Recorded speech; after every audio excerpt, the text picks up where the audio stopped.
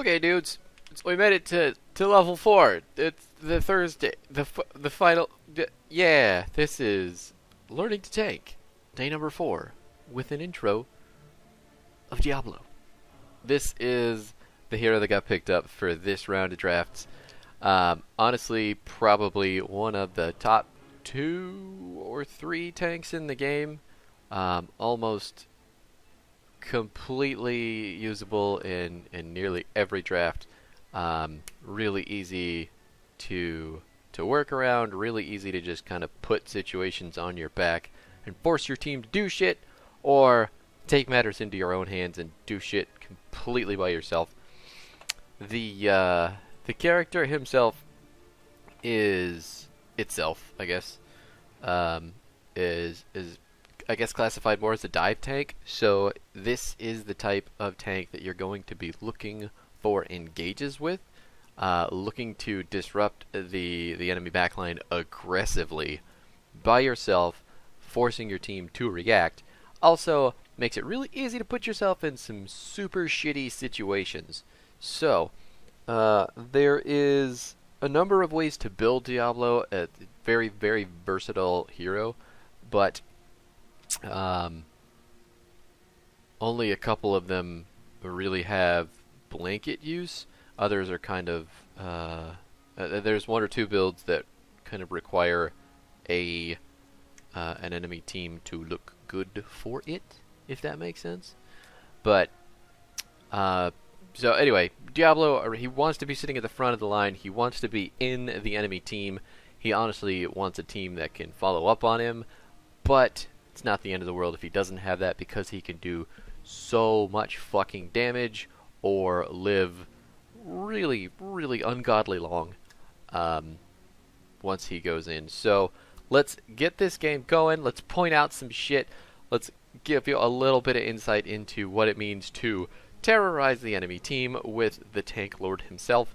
And hopefully this is a learning experience for me, because the last game I really couldn't pick apart a whole lot because my team was just so fucking good. Boom! So here's our comps. They're fairly even, with the exception of the enemy team not having a normal tank. I mean, Blaze, I'm pretty sure can main tank. I'm 75% positive he can do that, but you know, obviously he's normally an offlaner.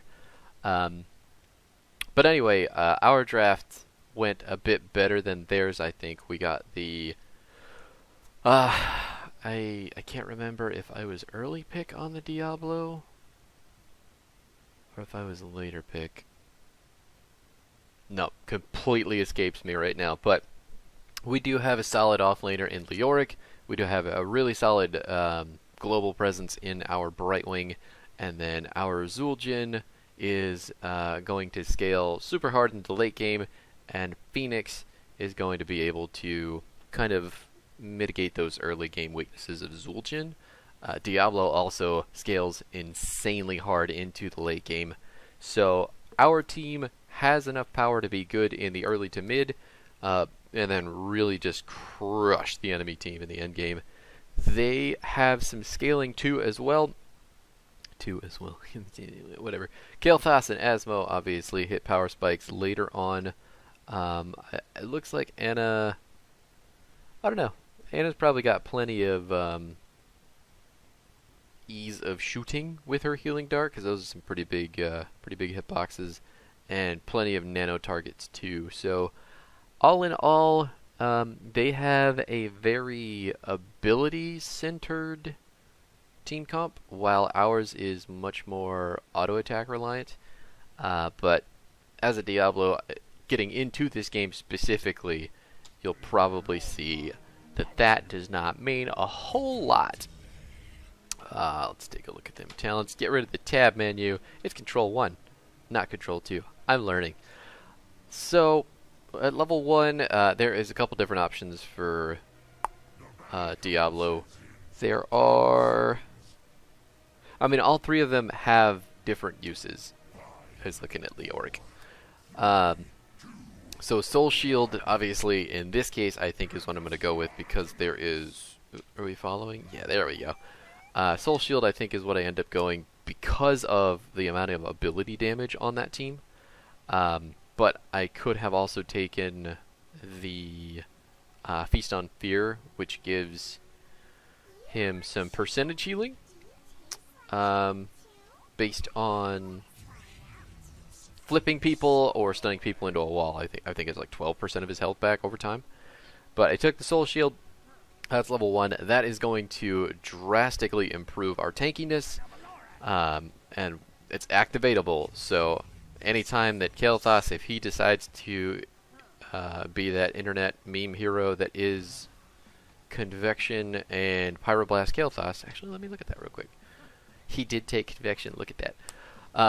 We can just snap that that Soul Shield, and suddenly we block all the damage.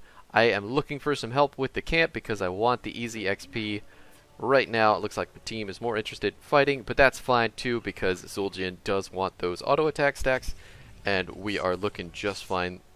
Waves getting pushed up super far. Gotta keep pinging it because that's the annoying tank leader person that I am in this game. And anytime that I have to play kind of a carry tank, which feels like Diablo. I don't know how many carry tanks I would classify in this game. I'm pretty sure this is the only one. Maybe it may take Blaze and Mal'Ganis too. Mal'Ganis at the moment, I guess. So let's get a look at those talents again. Let's see. Yeah, nothing super out of the ordinary with the exception of the Rainer and the Convection. I am on the camp again. Leoric taking that Neil Peasants for the wave clear and that lane pressure. Really, really cool that he is aware to do that.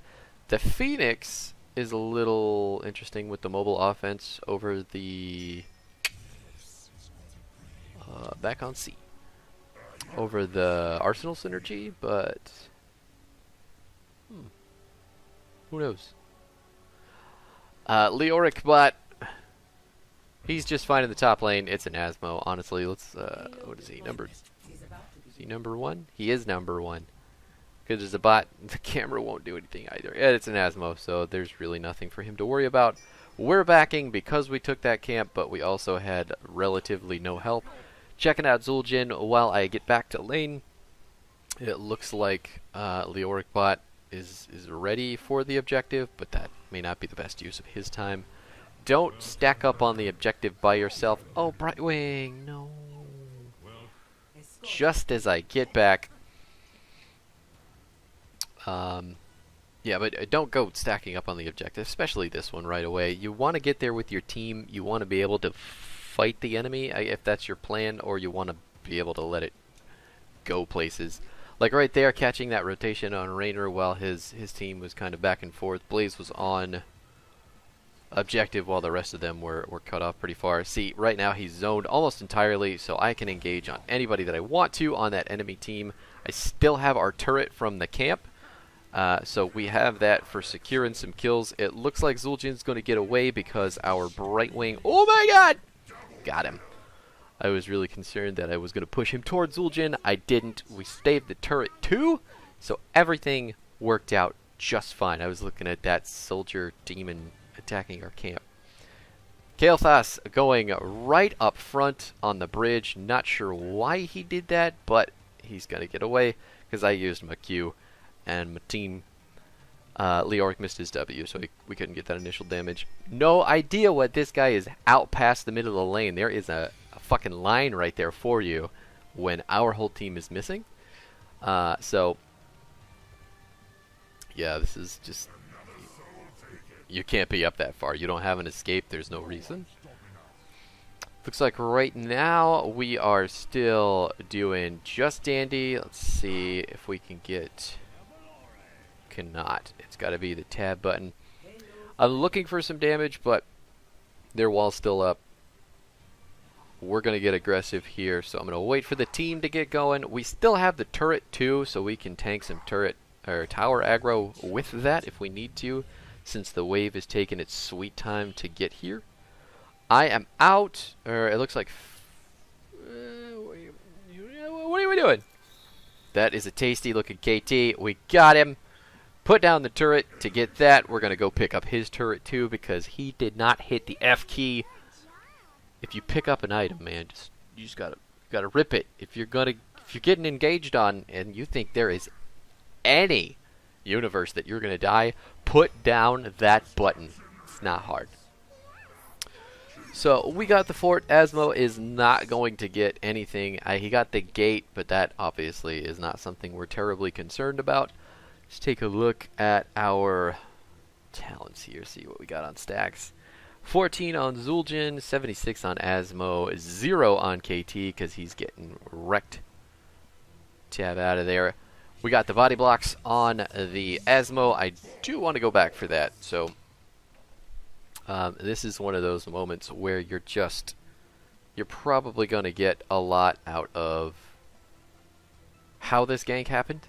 So you should be able, technically, I mean, I don't even think we needed the ult or right wing. He would have died just fine because there was only one tower. And my super fat hitbox plus his super fat hitbox makes it impossible for me not to be able to easily body block him. Just textbook shit with Diablo. I mean, you're a big boy. You're going to go in and you want to be able to make sure that your team can clean everybody up just in case you can't do it. But Asmo in particular, I mean, that shit was just simple. Take a look at those stacks again. Where were we? 14 on Zul'jin, 86 on Asmo. KT's got 0. There was one other that I wanted to look at. Nope, I guess not too terribly important. Anna's not getting a whole lot. And then Asmo did not take Blackpool, which is some pretty decent information because he has completely hindered a lot of his damage. I think maybe he thought this is still old Hanamura and you can just push to your heart's content, but it's not going to pan out for him. He is just the easiest thing in the world to gank. He might as well be Zagara when you're Diablo or any hero that is going to gank. Going for the Lightning Breath engage. Our Soul Shield was active and up, so that Pyroblast did not do anywhere near as much as I'm sure he wanted it to. That Entomb, making it super easy to get the Q procs off of our charge. We also have Malevolence, so after we Q and we slap him with an auto attack, it's going to deal more damage. Lots and lots and lots of front-loaded bursty damage with Diablo, with this build in particular. There it is while we're taking a camp so far. You can also take Apocalypse, which is going to make it really easy to single out squishy targets for this build. You're going to R, Q them into a wall, E them back into the Apocalypse, and you're going to be auto-attacking them the whole time while that's happening. So they're going to take a fuck ton of damage while being CC'd for a pretty considerable amount of time. We're looking for the engage right now. All 5 of our team are ready to push the objective. We can only see 4 of them at the current. There's Asmo. He's going for the team fight. I went a little bit too hard, but we did pop the Soul Shield, which is going to save us. I would have gone for that KT if I wasn't impossibly terrified of being killed when going in on that Entomb. So, yeah, enemy team gets a little bit of pushback just because our health bars are still so low from that initial engage that I kind of fucked up. I just trying to stand around BW for the passive healing. Enemy team really, he's hiding in that bush and I want to catch him with my fire and stun him into the wall, but he's not sticking around because he knows I will fucking wreck his shit. Going for the Anna. Easy, easy, easy kill with the Lightning Breath. You can't cast your Soul Shield in the middle of your Lightning Breath, which I feel like is kind of dumb, but I did manage to cast it right after to not get, you know, a bunch of damage from Asmo Laser. Managed to get the camp and the push and the kill on 4 players of the enemy team, plus the objective. We are really, really, really snowballing this victory super quick. Let's take a look at them stats. Control 2. I'm learning. Is it? Yeah, it's Control 2. It's got to be Control 2. There we go. So our Leoric has only died one time. Not getting a whole lot of trait value. The Blaze, you know, honestly, I haven't really been paying attention to his deaths. I feel like the Asmo deaths were much more problematic for the enemy team. But our team, neither I or Zul'jin have died, and we got one death on 3 members. So honestly, like, we're doing fucking fantastic with this 2-level lead. Getting these camps cleared out. We got pressure in both the top and the bottom lanes. We also have the vision. If there was a boss on this map, we could probably take it without a whole lot of effort. That's some BM Phoenix standing in that fucking bridge with your big fat crab body. We still have... Oh, it doesn't show us the items on the tab. I wish it did. Going for the KT again. Honestly, he's going to be our target every single time, because his hitbox is big enough for us to get that Q proc consistently. The only thing that stopped us there was the Anti-Sleep, which... I mean, to be fair, our hitbox is huge. It probably wasn't that difficult for her to peel for him. Same thing, though. He did die. Yeah, he died. Still hasn't gotten his convection stacks. He's probably having a terrible time, if we're being perfectly honest. But as far as that is concerned, with this kind of lead, the enemy team is going to have to do everything they can to stop me or kill me when I go in. Because if they don't do that, I am going to kill one of them, and my team is still going to have everything, basically, to kill the rest of their team. So here it is with the push. We still have both of our items. We do have our Zul'jin decided instead to go for a guillotine. Oh, there is the out of position KT again, way fucking up front, right against a wall. There's the easy entomb with the easy lightning breath. It looks like they had some pretty decent mitigation on my my lightning breath, but I managed to pick up the kill first of all, and then Leoric didn't use his turret, so I slapped my turret down, grabbed his turret, and then put that down too, because I was almost positive I was going to die there. So if we can go back a little bit more, go back one more again, and then we're actually just going to slow. Oh, wait a minute. Why isn't it slowing down? That's interesting. That's speeding up. That's right, because you can't lower the normal speed. There's no slow-mo. This isn't fucking Hollywood. Anyway, so here we go. Easy engage on KT. Gonna get that kill. We could have backed out right now if we wanted to, but he ripped that. I believe I am looking at Anna stacks right now. Let's take a look at where is she. Does it not show?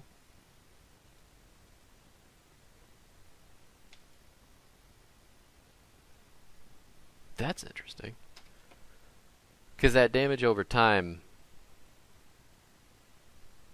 it must be Kalphas. I'm curious as to why my lightning breath didn't do as much damage.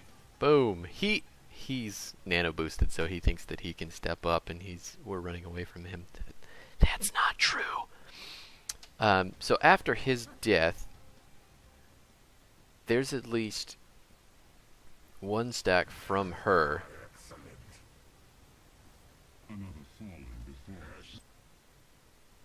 I mean, maybe I did do plenty of damage. 47 per tick?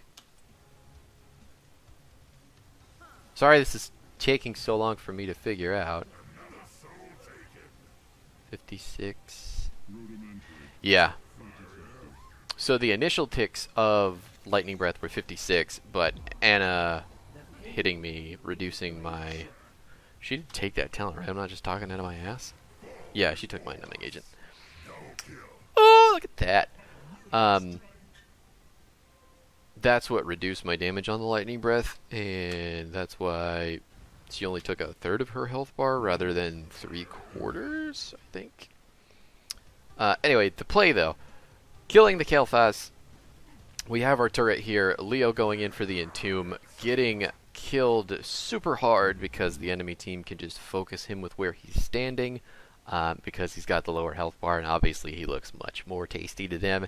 We're still 16 to 15 though, so even if they do get the kill on Leo with his passive value, I mean, who fucking cares? So he's going to die without the turret. I'm going to notice that, drop my turret, walk towards that turret, pick it up. The enemy team wasn't smart enough to do so, and put that turret right down on top of mine too.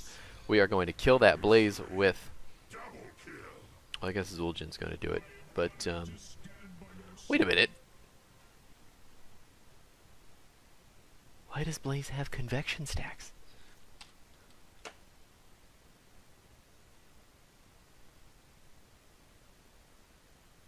What? Maybe that just means that Zul'jin got the stacks and... I don't even fucking know, man. Kael'thas died way before this. Weird. Let's get back on the camera for old Dibbles here. Right now, we have 100 souls. We're level 17. We have 7,000 hit points. That is an obscene amount of health for, you know, not having Avatar or any of those ridiculous status effects on us like other tanks do. So, that is absolutely ungodly, which is befitting the Lord of Terra. But we're looking at 3 stacks on our Devastating Charge right now. I took Devastating Charge, and I went this build in particular because their team is that. Like, Raynor should die, Kael'thas should die, Anna should die, everybody should die. To be perfectly honest, I should have just ripped the Apocalypse instead of the... Oh! Man! Where did all that damage come from? Was that... No, Brightwing, you killed yourself. I think that was all living bomb damage. It's like, we're gonna get out okay. And we managed... Wait, what? Pause that. How did Kael'thas die? Let's get a look at his perspective. He got killed by the fucking... He got killed by the Enforcer. Oh, okay. No, I have to see it again. I have to see it. Alright, he's gonna piss this guy off. He's got sub 300 health. Asmo. Asmo auto attacks the camp. The camp gets pissed off, and Kael'thas walks just straight into.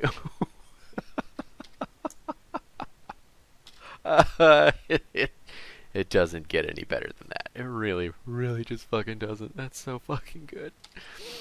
I didn't know that camp had that sort of practical uses. Anyway, our team is on full retreat right now because we're on even talent tiers, and even though they are down to Kael'thas, their health bars are much higher than ours. So, let's see what our cooldowns are at right now. Looks like we have all of our ults up. I really wish I had that bar at the top so I could tell for sure.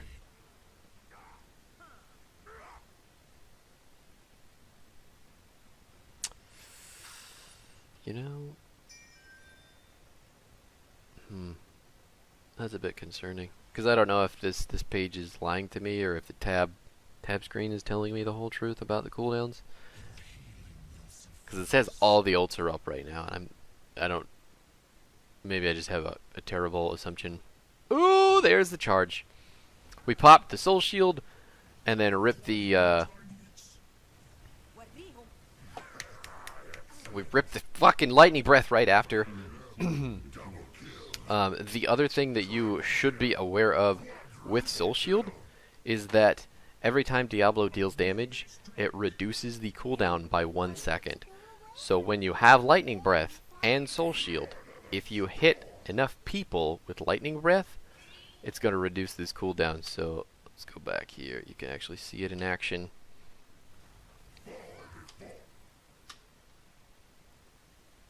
There we go. So keep an eye on this. Oh, I hit the wrong button. You're going to see me go Ultra Ham for Rainer, because my team is here. Zul'jin's on the way. I have every... Boom. There is the tackle. 43 seconds. Pop the lightning breath. Now watch. It is a 45-second cooldown, immediately reduced to nothing. And then we have it right again for Blaze's ability damage. Ta-da! That is why Soul Shield is fucking insane for this fucking hero. And his almost 8,000 health. Like, what? Nerf Diablo, please? No, don't do that, because he's a lot of fun. I like playing him, and it feels like he's good. He can get into a lot of trouble in the early game, so I think that's where the drawbacks to him are. The enemy team can shut you down early. It's kind of tough to get going when you're behind on Diablo. That being said, though, one of the things that I was struggling with this game that I could tell was hitting the Soul Shield before I went in for the Lightning Breath. I don't know if it was necessarily... Oh, yeah. Oh, my God, and I fucked that up super hard, too. So let me just go back and show you. I took Hellgate here because I wanted another engage. I wanted to be able to pop forward and then E and then Q. I see this Kael'thas here. I can't get him with my Q, so I pull in and then what? It's really painful to watch because I didn't do it immediately. It's got to be 2 E instantly. Like you're close enough. He kept walking after he got charged, and since he didn't get wall charged, I can't catch him. But I can catch him there after Leoric gets the Entomb. That is a weird visual bug with the gate not going down. That's interesting. We completed the Q quest, though, so we're getting bonus damage. We're going to shove Blaze into this wall. I'm not doing a good job with my camera recentering with the space button. Gonna rip that lightning breath. I did not hit the soul shield before I did the lightning breath there, which is a failing of mine. Like I was saying earlier, I'm not sure if it is my keyboard or latency or what, because I felt like I was hitting the button first before going for the lightning breath. But when you go for the lightning breath, you're stationary. I mean, that is the enemy team's time to focus you. But if you have Soul Shield on, obviously a lot of their damage is going to be reduced really, really hard. So when you're a stationary target, you want to be tanky as fuck. So one of the things that you may take away from this that I definitely need to take away is that fucking soul button before I ult. The other thing is the engages, because we're going to see another Hellgate fuck up, I can almost guarantee you. And it's just because of the weird placements of the buttons and my fingers aren't really used to taking Hellgate. I like to take